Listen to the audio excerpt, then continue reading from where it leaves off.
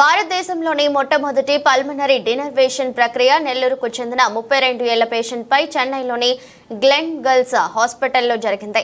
నెల్లూరుకు చెందిన 32 ఏళ్ల మహిళకు కుడివైపు గుండె వైఫల్యం ఏర్పడింది. చెన్నైలోని గ్లెన్ గర్ల్స్ హాస్పిటల్లోని senior interventional cardiologist doctor Guruprasad Sogunuru నేతృత్వంలోని వైద్యుల బృందం సంచలనాత్మక చికిత్సను నిర్వహించింది. ప్రమాదకరమైన రసాయన అడ్రినలిన్ పేరుకుపోవడంతో కుడివైపు గుండె వైఫల్యాన్ని ఎదుర్కొంది. పల్మనరీ డినర్వేషన్ రోగులకు మంచి ప్రత్యామ్నాయాన్ని అందిస్తుందని, ఉపశమనం మరియు వారి జీవన నాణ్యతను మెరుగుపరుస్తుందని గ్లెన్ గర్ల్స్ హాస్పిటల్ చైర్మన్ అత్యాధునిక వైద్య చికిత్సలు మరియు రోగుల ఫలితాలను మెరుగుపరచడానికి కట్టుబడి ఉందని Gleneagles hospital Chennai CEO doctor Nageswara Rao తెలిపారు. అంటే మన ఇండియాలో ట్రాన్స్ప్లాంట్ వచ్చేసి 2011లో గ్లోబల్ హాస్పిటల్ అంటే ఇప్పుడు క్లినికల్ హాస్పిటల్లో స్టార్ట్ చేశాము. అప్పుడు వచ్చేసి మన ఇండియాలో కూడా చేస్తున్నారా అనే ఒక క్వశ్చన్ వచ్చేసి రైజ్ అయింది. బట్ ఇప్పుడు చూశారంటే ఇది అలాంటి ఒక ప్రొసీజరే ఇది కూడా. ఇప్పుడు అంటే డీనర్వేషన్ అనేది హైపర్ టెన్షన్ ఎక్కువైనప్పుడు, పల్మనరీ ఊపిరితిత్తులో హైపర్ టెన్షన్ అనేది ఎక్కువైనప్పుడు వాళ్ళు లాంజివిటీని వచ్చేసి కొద్దిగా ప్రొలాంగ్ చేసి, అంటే వాళ్ళు 2 years ఉంటారంటే కనీసం ఒక 4 years or 5 years. దాని తర్వాత వచ్చేసి మీన్ టైం వచ్చేసి మనకి ఆర్గన్ దొరికినప్పుడు వచ్చేసి ట్రాన్స్ప్లాంట్ చేయడానికి ఒక అవకాశం దొరుకుతుంది మనకి. ఆ బ్రిడ్జ్ టు ట్రాన్స్ప్లాంటేషన్ అంటారు. అంటే ఈ మధ్యకాలంలో ఉండే టైంని వచ్చేసి మనం యూటిలైజ్ చేసుకోవాలా. సో ఈ పేషెంట్ వచ్చేసి వచ్చినప్పుడు నేను చూశాను, డాక్టర్ గారు కూడా వచ్చేసి నాతో డిస్కస్ చేశారు. తను ఆక్సిజన్ మీద డిపెండెంట్గా ఉంది, చాలా హై ఆక్సిజన్ రిక్వైర్మెంట్ ఉంది, ప్లస్ చాలా ఎక్కువ ఊపిరి తీసి వదులుతూ ఉంది తను. సో అప్పుడు డిస్కస్ చేసినప్పుడు ఇలాంటి ఒక ఆప్షన్ ఉంది, మనం వచ్చేసి ఇప్పుడు చేసామంటే కొద్దిగా బెటర్గా ఉంటుంది, ప్లస్ మనకి టైం కూడా ఒక ఆపర్చునిటీ ఉంటుంది, దానివల్ల ఇది ట్రై చేస్తామని చెప్పేసి చేశారు. అండ్ సక్సెస్ఫుల్ ఆల్మోస్ట్ వచ్చేసి 3/4 ప్రెషర్ వచ్చేసి ఆల్మోస్ట్ తగ్గింది తను చేసిన తర్వాత. సో పేషెంట్ కూడా వచ్చేసి ఇప్పుడు చూసారంటే చాలా కంఫర్టబుల్ కూర్చున్నారు.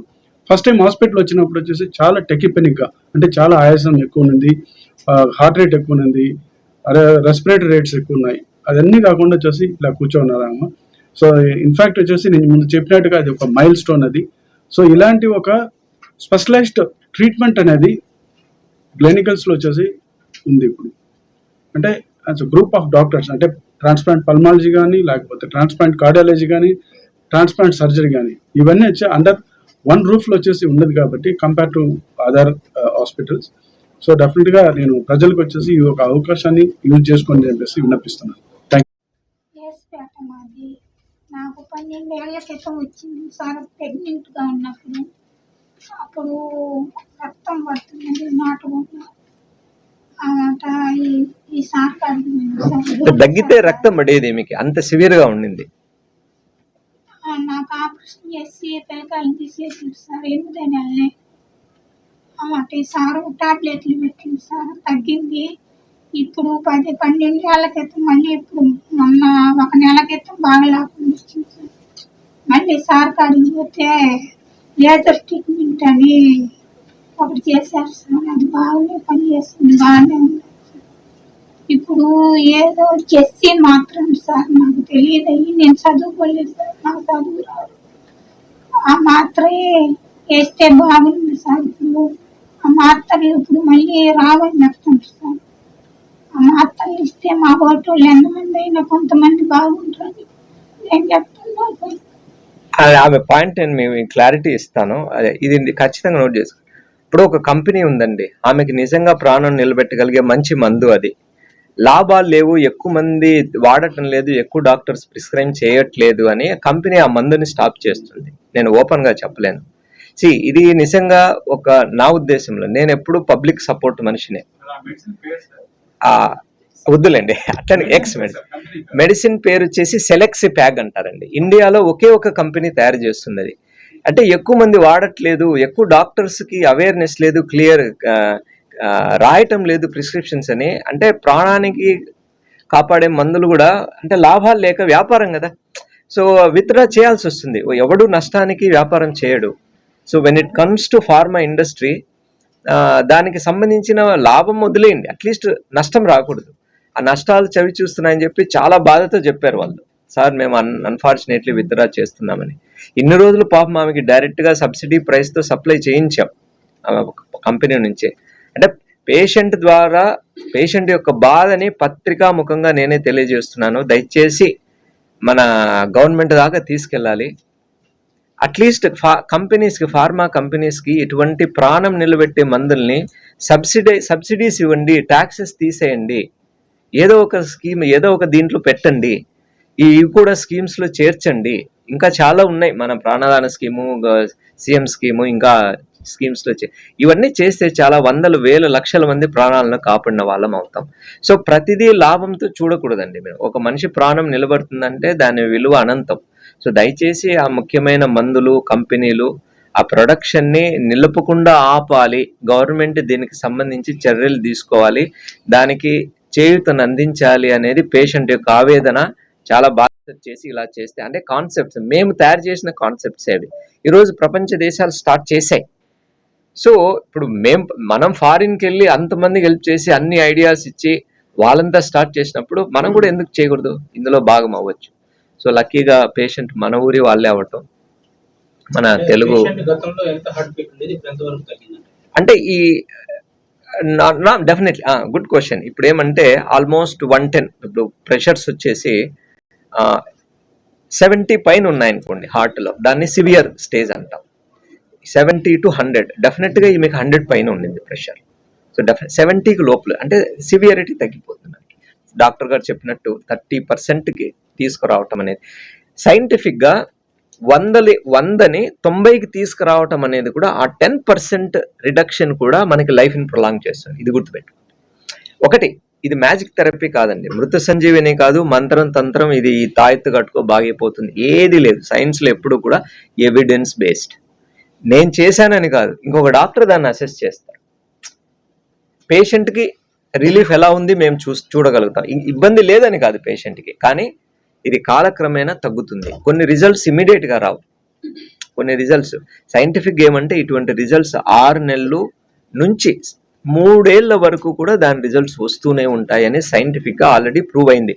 ఈ థెరపీ ఆల్రెడీ రీనల్ డీనర్వేషన్ అని, ఆల్రెడీ కిడ్నీలో ఈ రీనల్ డీనర్వేషన్ చేస్తాం. హై బీపీకి కానీ బీపీకి క్యూర్ ఉంది, ఇప్పుడు హార్ట్ ఫెయిల్యూర్కి క్యూర్ ఉంది, అంటే కిడ్నీ ద్వారా జరిగే హార్ట్ ఫెయిల్యూర్. ఇది కూడా తమిళనాడులో ఫస్ట్ మేమే గ్లినగిల్స్లో చేసాం, renal denervation for heart failure అని. ఈ డీనర్వేషన్ కాన్సెప్ట్ అనేది ఏమంటే బాడీలో అడ్రినలిన్ అనే టాక్సిక్ హార్మోన్ రిలీజ్ అవుతుంది. అది గుండెకి, ఊపిరితిత్తులకి, కిడ్నీకి చాలా డ్యామేజ్ చేస్తుంది. అది ఎక్కడెక్కడైతే సెక్రీట్ అవుతుందో దానికి సంబంధించిన నర్వ్ ఎండింగ్స్, నరాలని ఈ లేజర్ ట్రీట్మెంట్ ద్వారా సీల్ చేస్తాం. సో అప్పుడు బాడీ మీద ఆ టాక్సిక్ ఎఫెక్ట్స్ తగ్గిపోయి స్లోగా రిలాక్సింగ్ మొదలవుతుంది. అందుకే ఇప్పటికి తాత్కాలికంగా ఇబ్బంది కొద్దిగా ఫీల్ అయినా, తగ్గలేదే అని అనిపించిన కాలక్రమేణా 6 నెలల తర్వాత కూడా ఖచ్చితంగా తగ్గే ఛాన్సెస్ ఉన్నాయి అని ఆల్రెడీ స్టడీస్, క్లినికల్ రీసెర్చ్లో వెల్లడైంది. సో కాబట్టి ఏది మ్యాజిక్ థెరపీ కాదు, ఇది ఒక ఆప్షన్, మంచి ఆప్షన్, రిజల్ట్స్ చూపిస్తున్న ఆప్షన్. ఇది అవైలబిలిటీ ఉంది, ఏ దేశానికి పోయి చెక్ చేసుకునే అవసరం లేదు. మన దేశంలో, మన చెన్నైలో మేమే చేస్తాం. ఈ అవేర్నెస్ క్రియేట్ అయితే ఈ పత్రిక ముఖంగా ఏ స్టేజ్లో ఉంది, ఫస్ట్ పేషెంట్ మన దగ్గరకు వచ్చినప్పుడు ఏ స్టేజ్లో ఉంది అనే దాన్ని బట్టి. కొంతమంది ఇప్పుడు 100 ప్రెషర్ ఉందనుకోండి, కొంతమంది ఆ 100 ప్రెషర్కి సిక్ అయిపోయిన వాళ్ళు ఉంటారు, చాలా సిక్ అయిపోతారు. కొంతమంది ఇంకా నేను పని చేసుకోగలను కానీ కష్టం ఉంది కానీ పని చేసుకోగలను. ఇప్పుడు 10 ఏళ్ళుగా ఈమెకి ఈ థెరపీస్, మెడికల్ థెరపీ కానీ, దీనిపైన డీనర్వేషన్ థెరపీ కానీ, ఇప్పుడు మనం ఒక బుక్ చదివితే అందులో 2 years 3 years లోపల ఫెయిల్ అయిపోతారు వీళ్ళు అని ఉంటుంది. 2-3 years అంతే, ఏం ట్రీట్మెంట్ లేకపోతే. అంటే కేవలం మందులు, వితౌట్ ట్రాన్స్ప్లాంట్ అవసరం లేకుండా 10-12 ఏళ్ళు ఒక లైఫ్ ఇవ్వగలిగాము ఒక మనిషికి. అంటే పేషెంట్ నేను ఛాంపియన్ లాగా పరిగెట్టాలి అని అంత రిజల్ట్ ఇవ్వకపోవచ్చు, కానీ prolonging the survival, improvement of the quality సైన్స్లో ఇవ్వనమాట. సో దీన్ని ఎలా మెజర్ చేస్తాం? ఫస్ట్ థింగ్ సర్వైవల్, చక్కగా 10 ఏళ్ళు ఇంకా బాగుంది patient, so that it self is an evidence. 2, ఆయాసం ఉంటుంది, మనలాగా పరిగెట్టలేకపోవచ్చు, కానీ తన పనులు తను చేసుకునే స్టేజ్, అంటే మంచాన పడి ఉన్న స్టేజ్ కన్నా కూడా తన పనులు తనే కష్టపడైనా కొంచెం ఇబ్బందితో చేసుకోగలడం అనేది రిజల్ట్ అనమాట.